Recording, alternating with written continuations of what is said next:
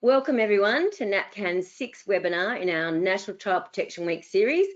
What is it about children, where children live, that makes a difference? My name's Lisa Waters. I'm the Deputy CEO of NAPCAN and part of a small team coordinating National Child Protection Week each year. This year is National Child Protection Week's 30th anniversary, and I'm really glad that so many of you can be part of this conversation today. I would like to start by acknowledging and paying my respects to the Ngunnawal people, the traditional custodians of the beautiful land where I am today. I'm in Canberra. I'd like to pay my respects to elders past, present and emerging. I would like to acknowledge the elders past, present and emerging from all the lands that you might be watching from today, and welcome any Aboriginal or Torres Strait Islander people who are logged on today. It is also really important to acknowledge the children, because that's what this week is about. And that's where culture will live on. So now a little bit of housekeeping. If you are anything like me, you are quite paranoid that you might hit the unmute button or turn your camera on. You can't. You're in listen only function, so sit back and relax. If you do run into any technical issues, please ring or email our team. You'll find their contact details on the right-hand side of your screen. If you're not familiar with the GoToWebinar platform, the control panel's on the right-hand side of our screen, and in the chat function, you'll find the details of phone numbers and emails for NAPCAN staff. We've also enabled the question and chat function. So there's a lot of people online today. So we'd love to be able to put some of your questions to Sharon and Hyano. So if you can get in and send questions throughout the webinar, that will be great, because then we can collate them for them. So the webinar will be recorded and it'll be posted on our website in due course. There's also some handouts from Sharon and Hyano, and one of Sharon's studies, the Kids in Community study, that is in the handout section. We will also send all of those out with you when we send the webinar recording out to you. So about National Child Protection Week, this year's theme, Putting Children First, recognises that the year's been really challenging for many of us. It's important that in the midst of all of this, we remember to put children first. What we do now has an impact on how children will develop in both the short and long term. When National Child Protection Week started in 1990, I'm sure that none of us could have imagined it looking quite like this in 30 years' time. But I guess the upside to this online format is that there's a much broader audience in attendance here today, and that's what National Child Protection Week's all about. It's about getting the message out there that everyone has a role to play in protecting and putting children first, not just this week, but every day. Today's session looks at the foundational community factors for early childhood development and explores how we can use place-based approaches to drive equitable outcomes for kids. In other words, what is it about where children live that can make a difference in early childhood development? We have two speakers today, Sharon Goldfeld and Hyano Moser. I'll introduce Hyano when he comes up to speak a little later, but just for context, I'd like to let you know that he'll be providing an example of how some of Sharon's work is being translated into reality, which is what this session's all about. That is, how do we use this knowledge to actually create change? So firstly, it is with great pleasure that I introduce Professor Sharon Goldfeld. Sharon is one of those people who causes problems for comms teams because she has so many titles to fit neatly into a program.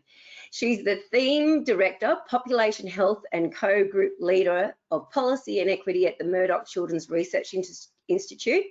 She's also the Director of the Centre for Community Child Health at the Royal Children's Hospital in Melbourne, all while she maintains a clinical practice as a paediatrician.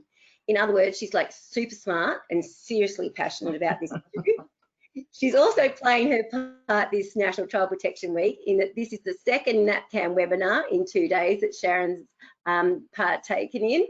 She's also known for some really interesting research, but most importantly, she's known for her commitment to translate that research into practice to make sure that neighbourhoods, all neighbourhoods, have what children need to thrive. Some of you will have heard Sharon before and have returned wanting more. I've heard people say that be happy to listen to Sharon for hours. Unfortunately, we've only got half an hour today, so I'm going to send it over to you, Sharon. Thanks so much, Lisa. I think I can share my screen, maybe not yet. Somebody will make that happen, I think. But let me just start by saying good morning to everybody. Let's just make sure we've got the right screen up. These are some of these technical things we need to kind of work out, but I think it should work.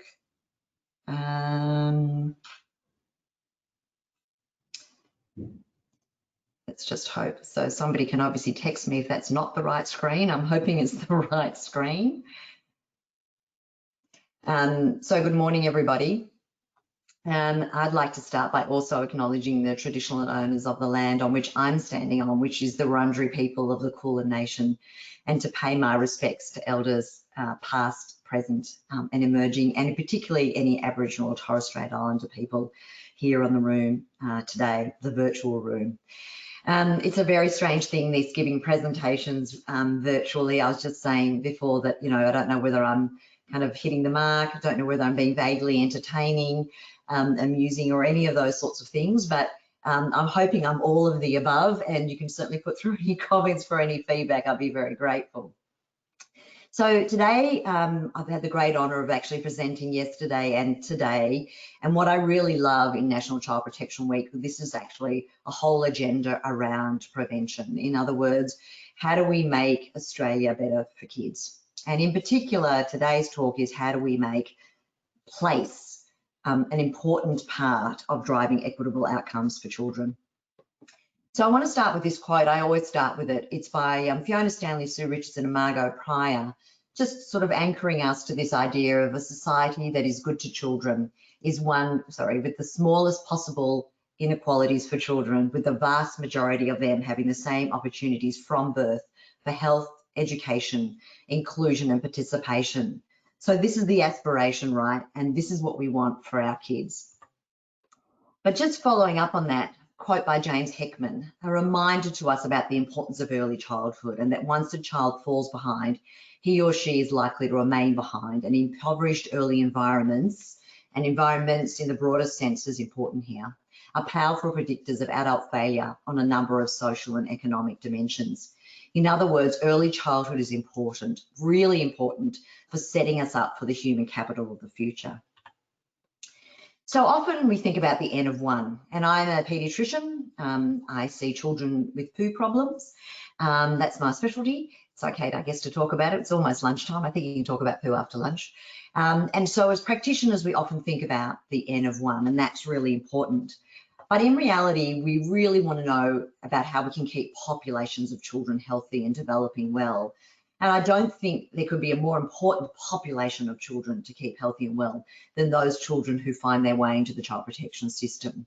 And so the question for us is, how do we build better fences at the top of the cliff and have far fewer ambulances driving to the bottom of the cliff? And one of the challenges in the child protection system, I think, is it's very focused on ambulances because it has to be. But I think what's amazing this week is focusing on the fences at the top of the cliff. But we can't do this, and I can't give this talk today without thinking about COVID.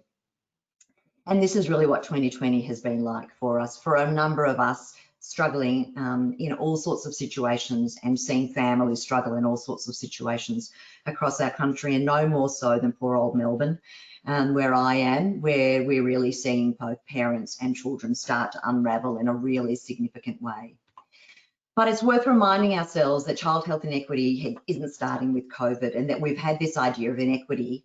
And I put this quote up just to remind us about what inequity means, and in particular this idea of there being potentially remediable differences among population groups.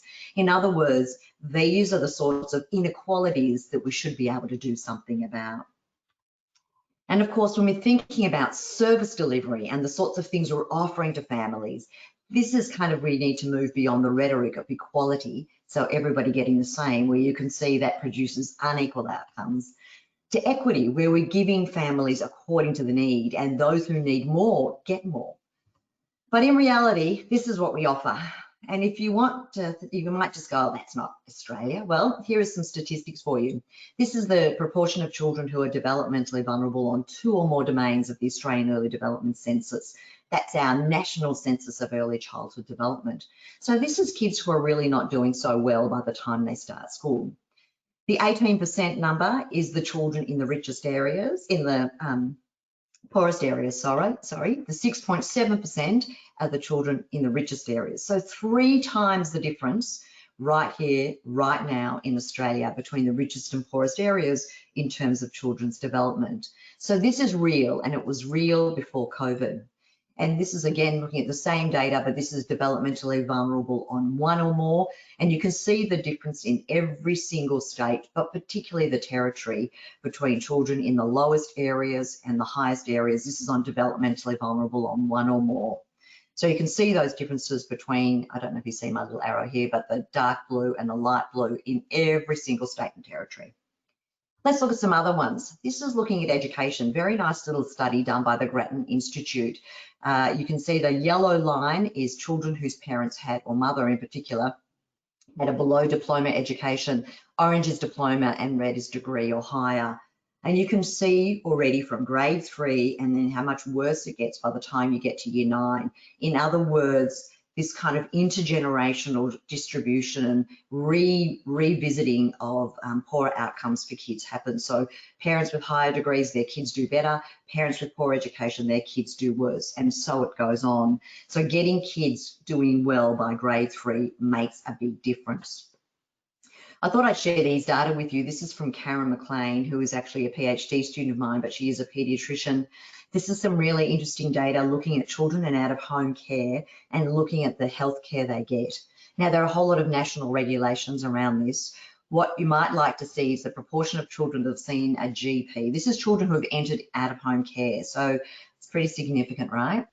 So this is days since entry to out-of-home care, and you can see the 30 days is when they're supposed to be actually seeing a GP and how few of children, maybe 30% of children, have seen. The next one is paediatrician.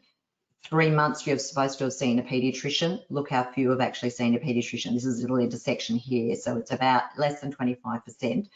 And then these mental health data, which basically show you the 7 to 12 is the light blue, orange is 3 to 6, and the red is 1 to 2 year olds. And you can see even the older kids that you think, wow, they really should have seen a mental health care professional. By 12 months, less than 30% have seen a mental health care professional. This is pre-COVID. Can you imagine the challenges we've got with COVID? And just in case you thought mental health was suddenly going to, hadn't been a problem beforehand, these are data also from the Australian data from the mental health survey, the second mental health survey of children and adolescents. And just where I've highlighted there, you can see the proportion of children. This is with a mental health disorder. So this is the pointy end of the stick, right? And you can see with both parents employed 10%, with both parents not employed 21% of children. Now, we know the unemployment rate's going up. These are going to be hugely challenging times for us to think about the mental health tsunami coming our way and what are the kind of resilience things and prevention we're going to put in place, because you cannot surge an unsurgeable mental health care system. So now's the time for us to think really creatively and innovatively. And this is really what we're going to be seeing with COVID-19. We're actually still in Victoria, for example, in the first wave. We're still, no, it's the second wave of actual disease distribution, but we're still in this kind of, we've got the disease going on. But you can see this second wave where we're actually starting to see the impact of school closures, the impact of rates of violence on child protection. This is where we are now. The third wave going on, which is all the diseases that children should have been coming to the hospital for, that they're not coming for, the impact of being dislocated from the social services. And probably more importantly is the fourth wave, which of course is starting now, which is this impact on the psychological stresses, the mental health disorders, the economic impact, the education impact. And you can see that really kind of starting now. So this is the kind of world that our children are going to be entering into. And the question for us, and you would have seen this rhetoric everywhere, can we build it back better in a post-COVID world? That I think is a real challenge for us. And how can we use place to drive equitable outcomes for children? So let me talk a little bit about place. This is actually Logan, which is, I put it up because Hyano's going to talk about some of the work he's doing there. And it's just a community, really, just an example community. These are the ADC maps, which any of you can go on and log on and have a look at your own area. So basically the way these maps work is the darker the colour, the worse the outcome. So this is looking at CEFA, which is socioeconomic disadvantage, and you can see those red darker colours really showing you the some poorer areas in Logan. Then we have a look at the proportion of children who attended a preschool. This is just looking over 3 years, and you can see the lower proportion is actually the redder areas, the darker areas. You can see how many areas of Logan are not being attended. This is only till 2015. Oh, and if I had to show you, I thought I had it in there, sorry, developmentally vulnerable on one or more, you'd see a very similar sort of map. So this geographic inequity, this is one area, and you can see the variability in one area. And what's really interesting is how do we kind of capitalize on our learnings from those differences that we see. So what I want to talk to you about is this question of what are the place-based system metrics we need to build it back better and quicker. I have this rising anxiety about the slowness of some things, and it was really there before COVID. What's been fascinating with COVID is how much we've been able to, I think the word of 2020 is pivot, is to pivot to these new things like telehealth. Telehealth was going to be rolled out over 10 years. We rolled it out over 2 weeks. Job Seeker went to a living wage. Job Keeper got put in. You know, these sorts of things that never in our wildest dreams do we think these things would happen, but they can. And the question is, can we do things quicker? Because every year, 250 or 280,000 now babies are being born, of which about a fifth of them are going to turn up to school with additional problems. But you saw the inequity, the 3 times difference between the highest and lowest areas. We can't wait. We've got to be able to build it back now and build it back quicker and build it back with what we have. We haven't got time to build everything new. We've got an enormous amount of service and physical infrastructure we can use now. So what are these accelerators for change that can really get us going? So I'm going to share with you 2 projects we've been working on that I think go part of that way. So the first is the KITS study, which is the Kids and Community study, which we did with, you can see my collaborators down the bottom there. There's plenty that's been written about this. You can go on the website, which I'll include, and you'll see some stuff that's actually that's been available for you to download. So it's really trying to understand what is it about where you live that makes a difference.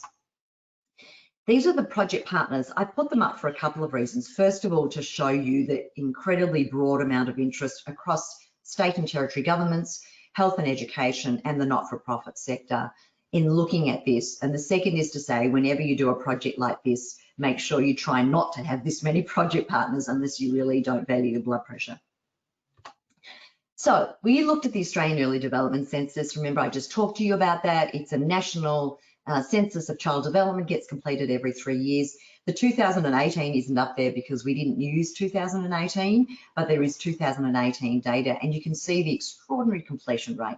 So essentially, teachers fill out this on every child in their first year of school around these 5 domains: physical, emotional, language, communication, and general knowledge. So extraordinary data that's really been a game changer. And I have to say, we were the group that led the initial rollout, and I feel it's one of our great contributions to children in this country. So what this gives you is this ability to look at these children in lower and high income areas and have a look at their development as well. So when we line that up and we look at the children developmentally vulnerable against neighbourhood disadvantage, we find, not surprisingly, it lines up. So areas that have got low rates of vulnerability tend to be the poorer areas, which is this on diagonal advantaged, and areas that are doing worse, so higher rates of vulnerability up here, tend to do poorer, as you would expect. But there are some really interesting differences. So here we've got these off diagonal positive. In other words, these are disadvantaged areas doing better than expected, and we think these are the real jewels. These are the ones to really look at properly. And here's the off diagonal negative, which is richer areas that did worse. So we're really interested is how do we learn from the extremes to understand what works well for kids? And this is what it looks like when we did the map. because we can find these areas in one local government area, for example, where we've got this on diagonal disadvantaged, here we go, disadvantaged area, kind of low SES doing badly. And here we've got a low SES area actually doing quite well in the same kind of local area. So what can we learn from that that tells us what we call these differentiating factors, the things that seem to predict for kids doing well, even though they're in a poor area? So this was our kind of model that we've used. We've kind of stuck to the ecological model, where we're looking at these 5 domains: physical, social, service, governance, and socioeconomic, these 5 domains. So we've been pretty thorough here. This is not just talking about services. I will talk about services in a moment, because obviously they are a big part of the infrastructure for children. But thinking about the built environment, the parks, the housing, the social domain, how people interact with each other, the governance, the citizen engagement, the local decision making, and the community socioeconomic status. And you can see ecologically how that's surrounding the child and the family. So how does these communities help children and help families bring up their kids? So we did this in 25 local communities, which are suburbs essentially, across Australia. So we were pretty ambitious, and we used a lot of quantitative data. So we did surveys, we used census data, we used GIS, that's the built environment stuff, and we did surveys of services themselves. So the community survey we actually did through a letterbox drop. So lots of quantitative data, but also lots of qualitative data. We asked people things. So we had 50 focus groups.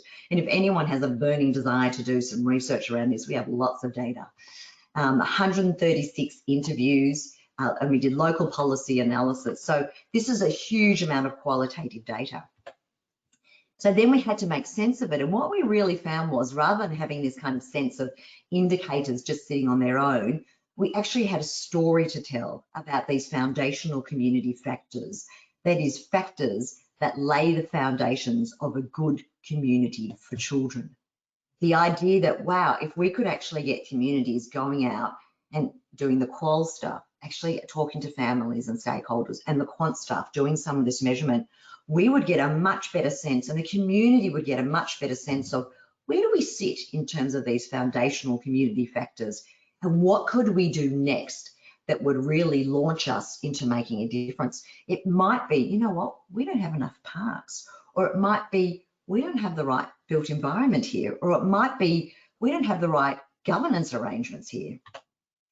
So here are the, we've called them the draft foundational factors, and the reason why is we think we would love to see other communities propagating this to really make it much more robust, because in the end we only went to 25 areas, right? So these are the ones that the quant data, all the qual data told us seem to differentiate. Remember, those are the ones, the poorer areas that were doing well. How come?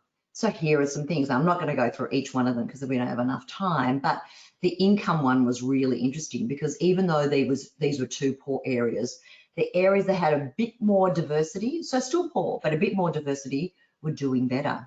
The stigma was really important. The negative reputation of a local community meant kids were doing more poorly. So even though they might have great bonding social capital, if they didn't have bridging social capital, so they were those are the kids that come from that school, or those are the parents that live in that area. So stigma was associated with poor outcomes for kids. Perceived school quality. So if parents perceived the school quality was better, the kids in those areas were doing better. And we sort of see this interesting kind of residualizing, so that you have areas, both poor areas, but the area where the school's perceived to be better, the actual housing affordability is a bit better. The gentrification has happened, but in a good way. You've got that mix. Actually, those areas are great and doing better, at least on early childhood development. And the other areas are kind of getting residualized because they're the parents that can't move out. But that's really changeable, right? Once you actually have the information to tell you what's going on. So this is the draft differentiating factors. But when you want to throw the baby out with the bathwater, we have this amazing amount of qualitative data on what communities think is important for young children. So this is the important foundational community factors. This is what a whole lot of people told us was important, like walkability, like access to affordable and secure housing, like the cost of early childhood education and care services, like service coordination. So these are the things that people told us this is important, and not just one person. These were all drawn out from thematic analysis and told us that 4 or more areas were telling us that these are important things. So these are really genuinely, properly thought about important areas. And so we end up with this whole range of ability to be able to say something about the place where children are growing up in and going, hey, how do we rank? How do we look? And Hyano's going to share some of this with you. How do we look against all of these foundational community factors? And where might we put our effort next? What does the community think we might need to do next? What do we need to do next? And where is the kind of joint accountability with both government, state, federal, local, and the local community go, yep, that's what we want to do next, which might be something as radical as knocking down crappy housing and building new stuff, right through to how do we address the cost of ECC, right through to how do we address issues of stigma. Because if we're not thinking about those things, we're probably not going to accelerate our ability to do system change. So this is all available for you. We now have a report on the whole study. We have a draft manual on how you can go about doing this, and anybody who would like to, we would love to hear from you. But let me just focus on one area, which is the service area, and come down a little bit more down the funnel. So I want to start with this quote, which is by James Heckman again, so that Nobel Prize-winning economist, because I want us to move away from this idea of silver bullets to this idea of stacking. And it comes from this idea of that families living in adversity, it may be that the mutual benefit of both the continuity and complementarity of services will be necessary to promote human capital. So the idea is, and I want to share with you now another project we're doing called Restacking the Odds.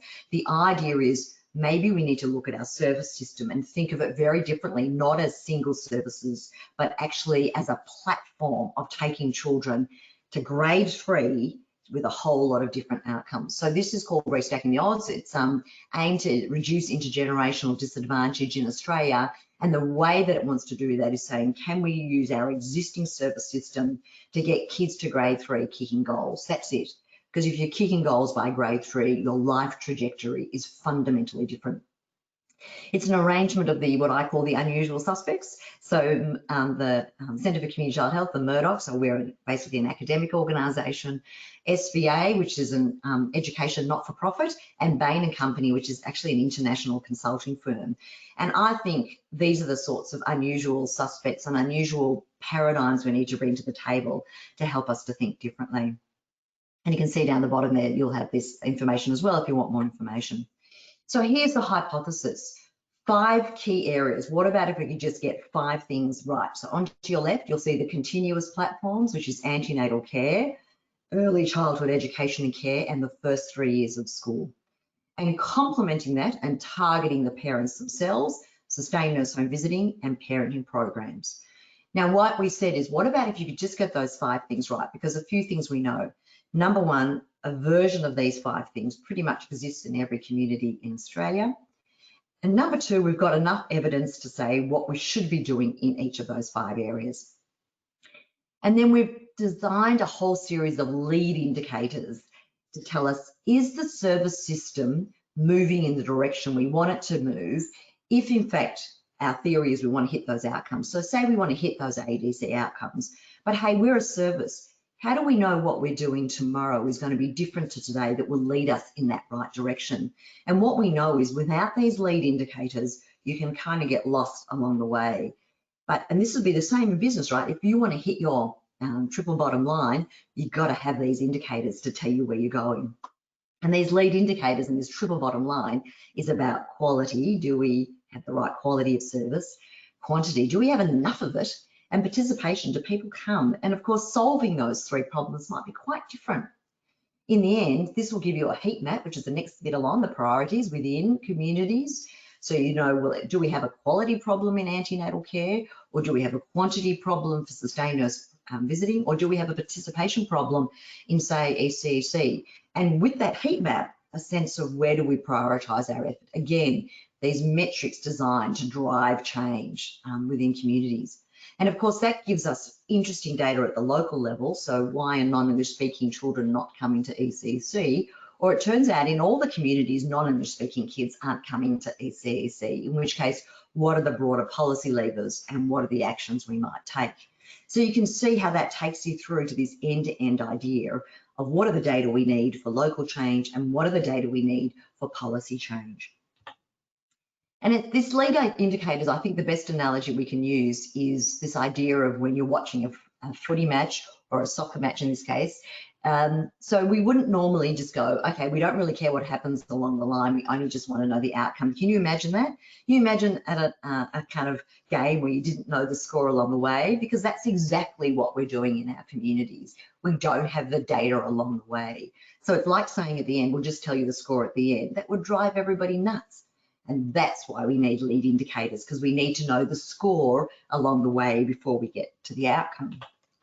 So let me give you an example of one area we've been looking at that we thought might be of interest to you today, and that's looking at early childhood education and care, for which we've based our indicators on the national quality standards because they exist, which is fantastic.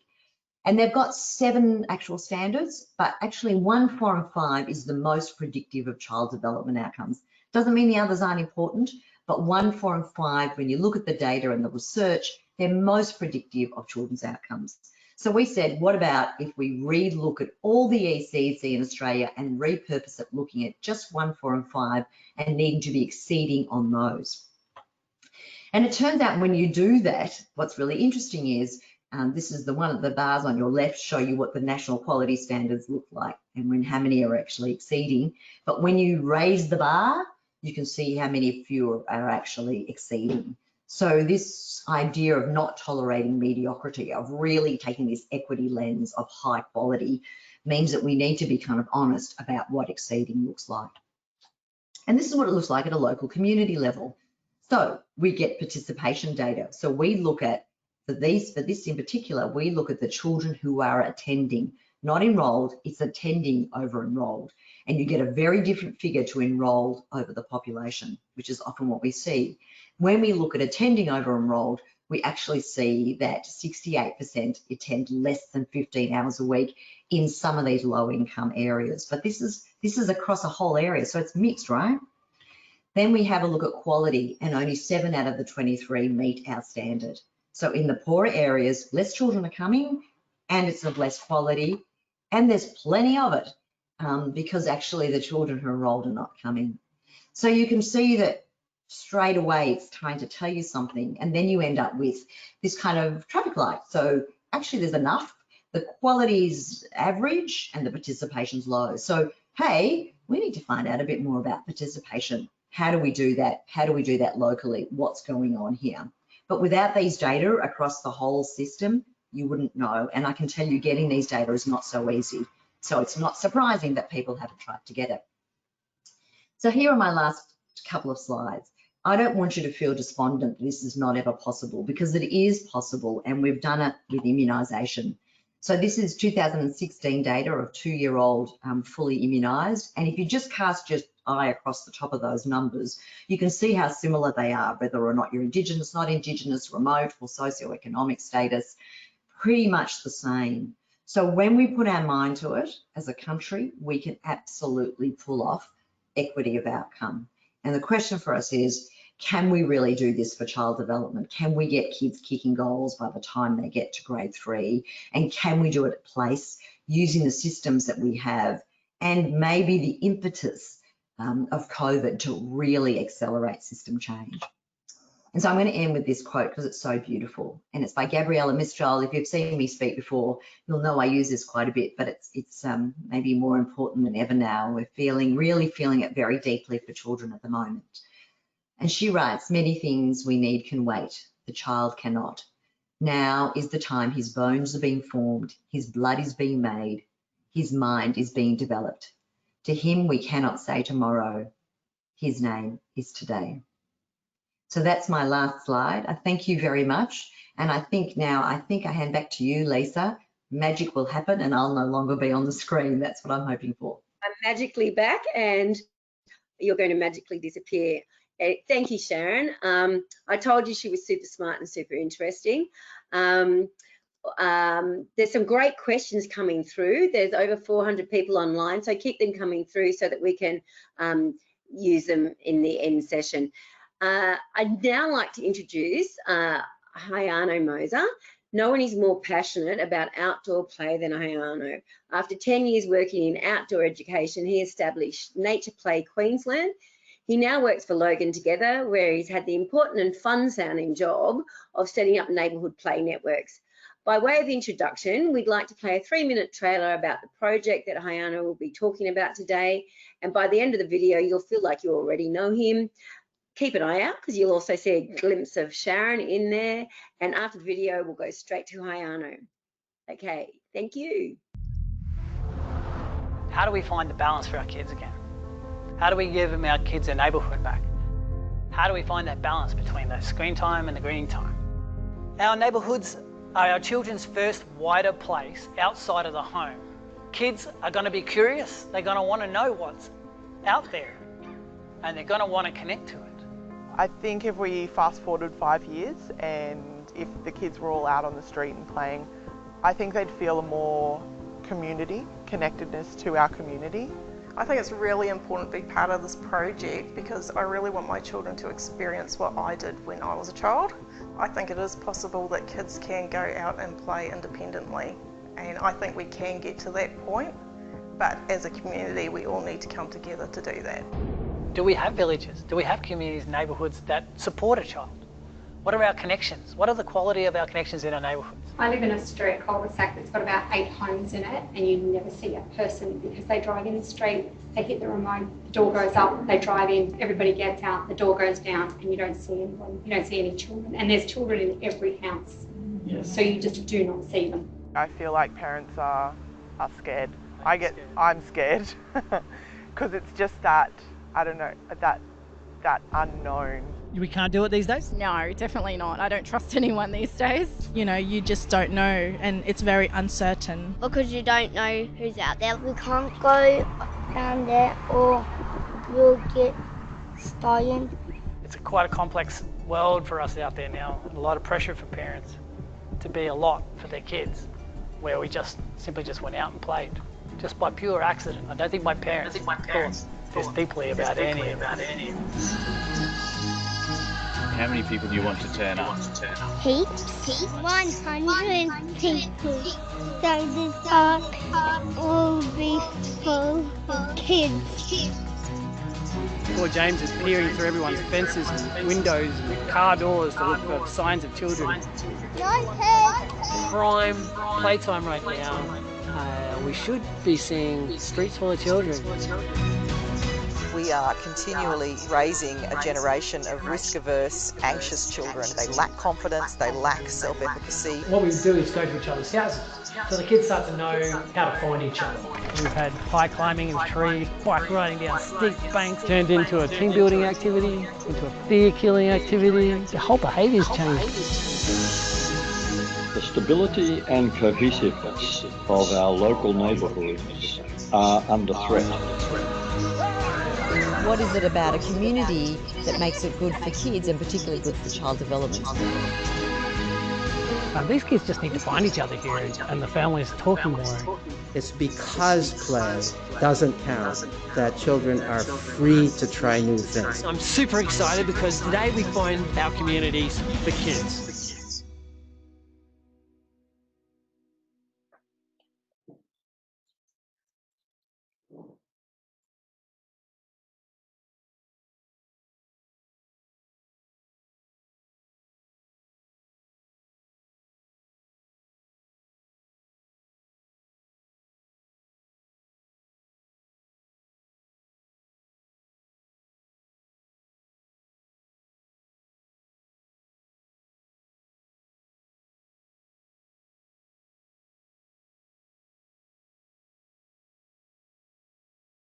Hi folks, I hope you enjoyed that. I'm just going to set up a screen for you to, I've got to share my screen at some point. I think I'll get a message to do that. There it is.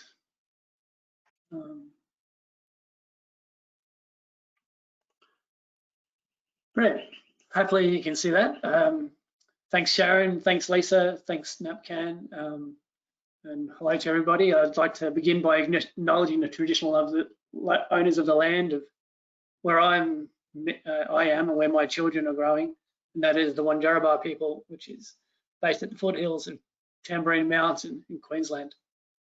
I'm going to talk to you today about the neighbourhood play networks and the project that I've been involved with and passionate about and thriving and listening and responding to over the last 10 years. Oh, well, not quite 10 years, 7 years, sorry. Yeah, and I'm going to talk to you about this, how the foundational community factors which Sharon and her team developed and how that's influenced and helped and shaped my thinking and the work that I do right now. So I think this will work. Oh, there we go. So how did we end up with neighbourhoods that look like this? And this is a really child-centered approach. So try to imagine what these might look like through the eyes of a child. And I'm pretty sure most of you come up with that same word at the end of that statement, which is boring. And what would entice a child to go out into this area? And that's a good question. In my mind, if we're going to take a child-centered approach to ensuring our communities are spaces for kids, then it needs to cater for the 4 Fs, which are fun, friends, freedom, and fluency, which is challenge and mastery, which is what kids are really after. And all development, or a lot of development is catered for and supported when we cater for those 4 Fs in childhood. And how do we return our neighbourhoods to kids, places like this, and what are the developmental outcomes for that? And what are the flow-on effects for children if their communities are full of kids and adults that support and protect an outdoor childhood? That seems to get stuck. So just a little bit of background knowledge about why this. I'm listening to communities and looking at the AEDC data for across all of Australia for Queensland. Childhood and play in particular childhood is undergoing this massive cultural shift, this massive cultural change. The childhood that most adults, grown-ups remember is largely a thing of the past at the moment. And it's up to us adults who have gotten very involved in our children's lives, which is a good thing in a lot of ways, but has resulted in a decline of play, which is in the child-centered approach is not a good thing. And as a result, globally, we see that there is an issue going on with children's physical development in decline. And this data just came out last year from Queensland. State government did a survey of 5,200 kids in Queensland, and they found that active play was the largest contributor to kids' physical activity. It's not sport. Sport catered for 12% of kids' physical activity. Actually, active play is number 1, chores is number 2, and then your household swimming pool is number 3. And then walks around the neighbourhood is number 4, and then you go further down the list and you'll get the sport that contributes to kids' physical activity. But most people think physical activity and sport, but for kids it's actually active play. But on the sad fact that according to this data from parents, the kids only do 194 days of active play a day, and for 31 minutes on average time. So we can see this decline in kids' play. Modern childhood has drastically changed. It's indoors, lots of sitting, and no neighbourhood friends, which is probably the most biggest cultural change. Kids don't go home, go outside and play with their neighbourhood friends. And my daughter has put a lot of effort into our neighbourhood, and the average Australian children does 7,500 steps a day, which is 2,500 less than they're supposed to do. My daughter on any given day around here does 26,000 steps a day just from playing. So yeah, you can see the gift that neighbourhood play is giving my daughter on a physical level. So we had this neighbourhood play project. We wanted to test a whole bunch of thinking around, is it possible for kids to have a neighbourhood to play? And if there are conditions where it is happening, what's the magic of those conditions and how that's still able to happen where it seems to be a dominant story of where it's not. And so we held a forum in a suburb in southeast Queensland, and we got parents together to tell us all their issues and concerns and what their thoughts were around their communities and barriers. and if they would be interested in being a part of this. And then we selected 2 neighbourhoods from that suburb, 2 vastly different neighbourhoods, but both should and have plenty of opportunities in the environments and be great spaces for play. But according to the parents, it just wasn't happening. So these were the communities that got involved: Tracy and her family, and then and there's James, her child, and a bit of their community, and then Marissa and her family, and their community, and again, great spots for play. Yeah, and so we went off on this journey to test their outcomes. We ran these workshops, and we helped these communities form networks.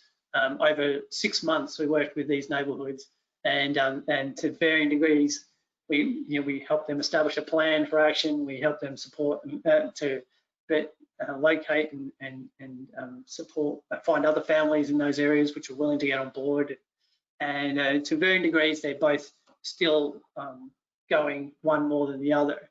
And then and we tested our thinking with we went broader, and we came up with these conclusions that neighbourhoods were scary places for kids now, and most people don't know their neighbours, and it's that fear of the unknown that drives, and mistrust in our community that drives a disconnection. A lot of our neighbourhoods are socially broken. The most influential foundational community factors, we get to foundational community factors that Sharon introduced before, and I won't go through all of them, but we found the ones that were really helpful and probably influential in this place-based project were those ones of stigma, local leadership, and perception of crime.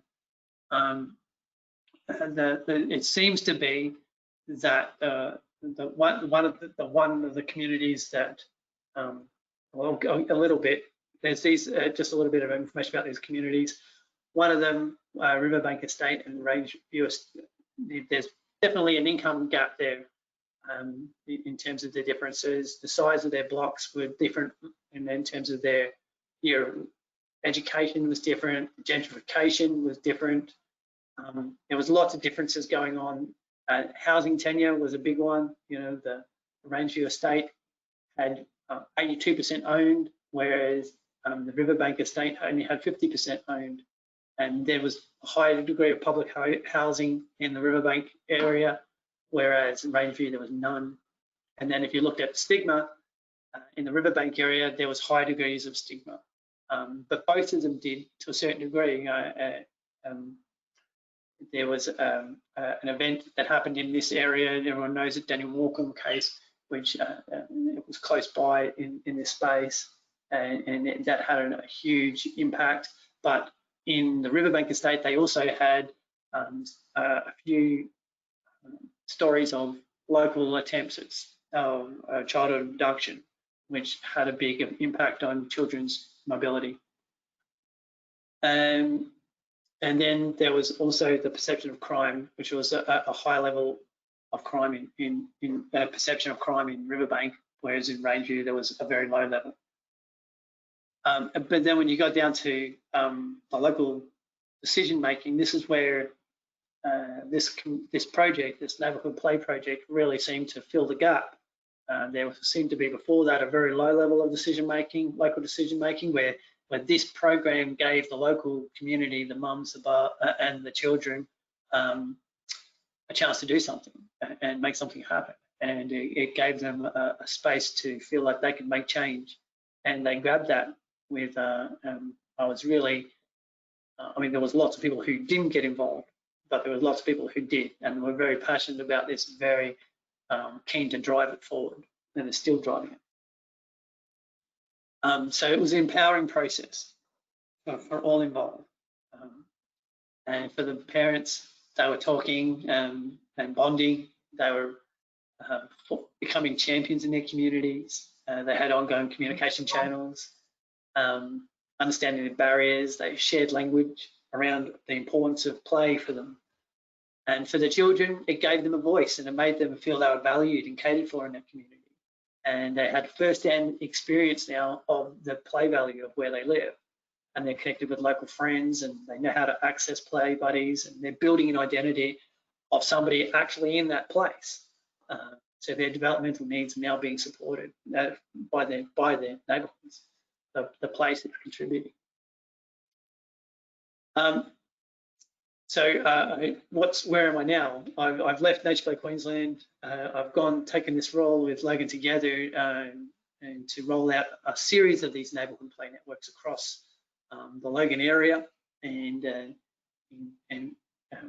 over the next 2 years, there's a few differences in this project. We've embedded a community investment model into it, where the community will, over the process of the neighbourhood play network formation, will identify an issue where they would like to invest this $5,000 into the community to increase the playability of those spaces.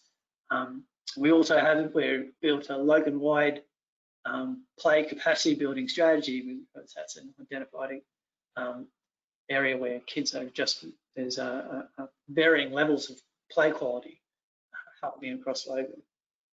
And there's also a multidisciplinary team that is embedded into this project, and that is measuring the social cohesiveness that is facilitated by a community focusing on increasing play for their children. Okay, I feel like I've just talked a million miles an hour, and that's pretty much the end of my slides. So I think now my screen will magically disappear, and you'll get Lisa's face back again.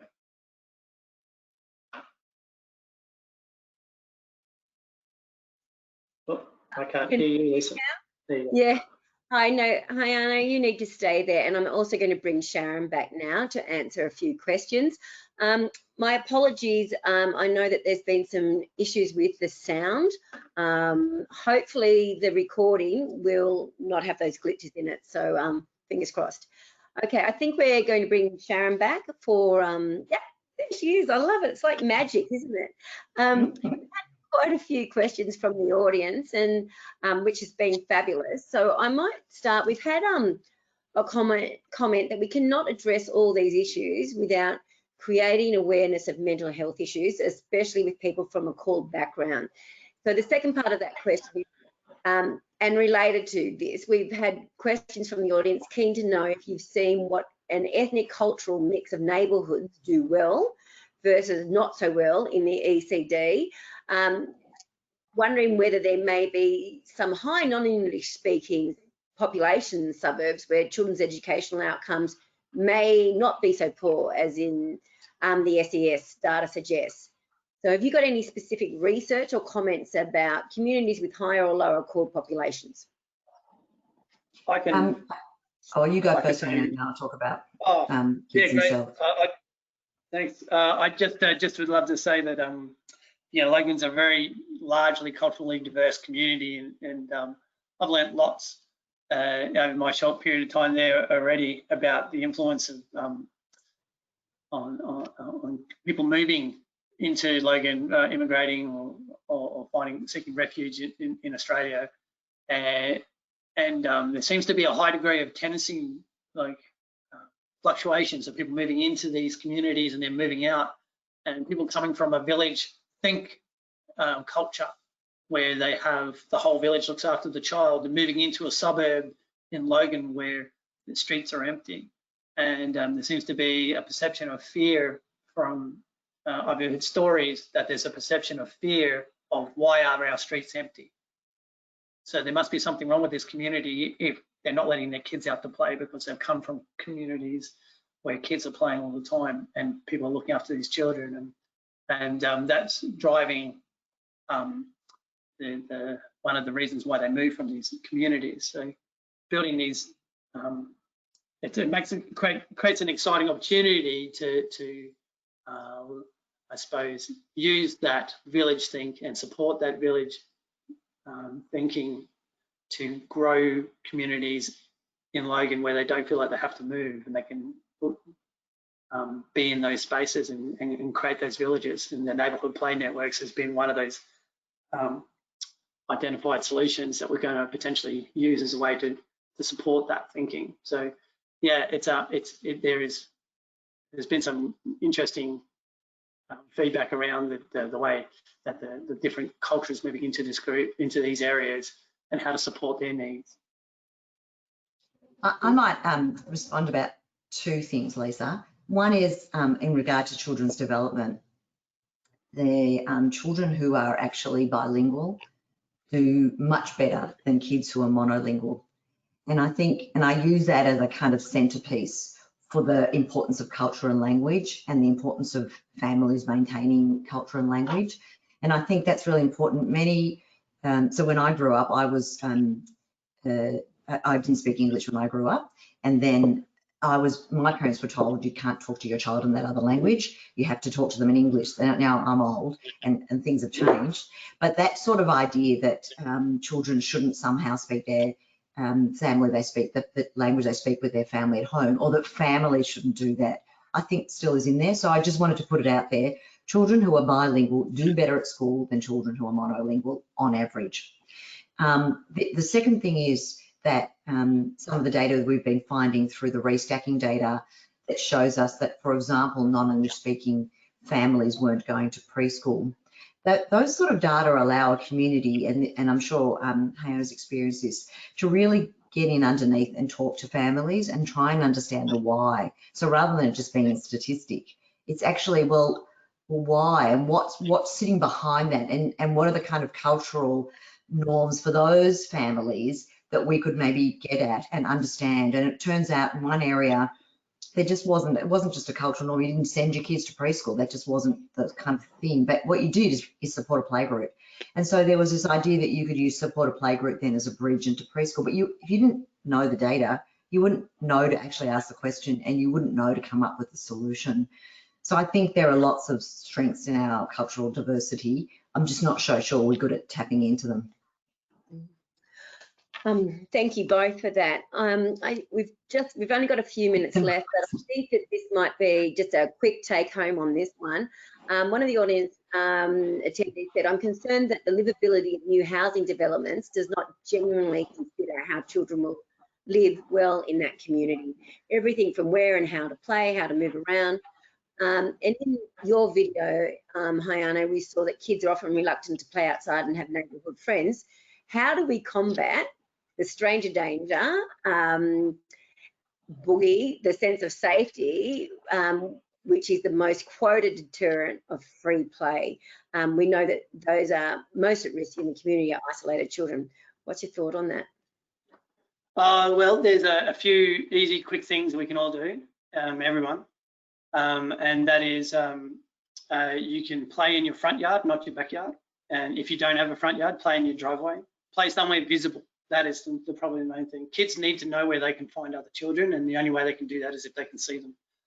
And then the other thing we can do is knock on their doors and get to know each other. Someone has to take the initiative to break down the barriers. Every neighbourhood needs a champion, and the more champions, the more shared leadership you have, the stronger likelihood that neighbourhoods will thrive for children and give more places for kids and connection opportunities for kids to play. The other thing you can do is hold a street party. They're great ways, and we do one in my neighbourhood every 2 months. And people are really, I was really nervous the first time we did this, but people are hungry for community, and they're just waiting for someone to take the lead, I think. And you know, our smallest gathering has been 48 people in our neighbourhood, and 30 children, and that's an amazing day for kids. They always have a lot of blast. So they're three simple things that you can do. Thank you. And I'll just add with the data to say there's no relationship between perception of crime and actual crime rate. So what's interesting is in the KIC's work is perception of crime was related. So perception of high crime, lower child development outcomes, but no relationship between actual crime rates and child development rates. So it's often driven by perception rather than reality. We actually have the lowest neighbourhood crime rates in decades at the moment, but it is very much driven by perception. Thank you. I told you all that we could probably listen to Hyano and Sharon all day, but unfortunately we've run out of time. It was a really inspirational webinar. Thank you both so much for your time. I think it was really interesting for us to consider to think about terms of what equality versus equity and reality looks like for many children in Australia. It's our job to now make sure that no child in our neighbourhoods fall behind. And both Sharon and Hyano gave some great practical ideas on how we can actually do that, and how we can strive towards equality of outcomes in early childhood for Australian children. There are a number of questions that we didn't get to, but we'll send those through to Hyano and Sharon, and in all their spare time, as you can imagine, they have heaps. They might get back to us. Hopefully the recording will come out and it'll be with better sound. There is a short survey that we'd really appreciate you filling in before you go. There's still some more webinars later this week. Tomorrow, this week's nearly over. We have all the Children's Commissioners, the outgoing National Children's Commissioner, the New Zealand Commissioner and the incoming National Children's Commissioner tomorrow. So please register for that. And thank our panellists again. Thank you for joining us. Thanks Bye. very much.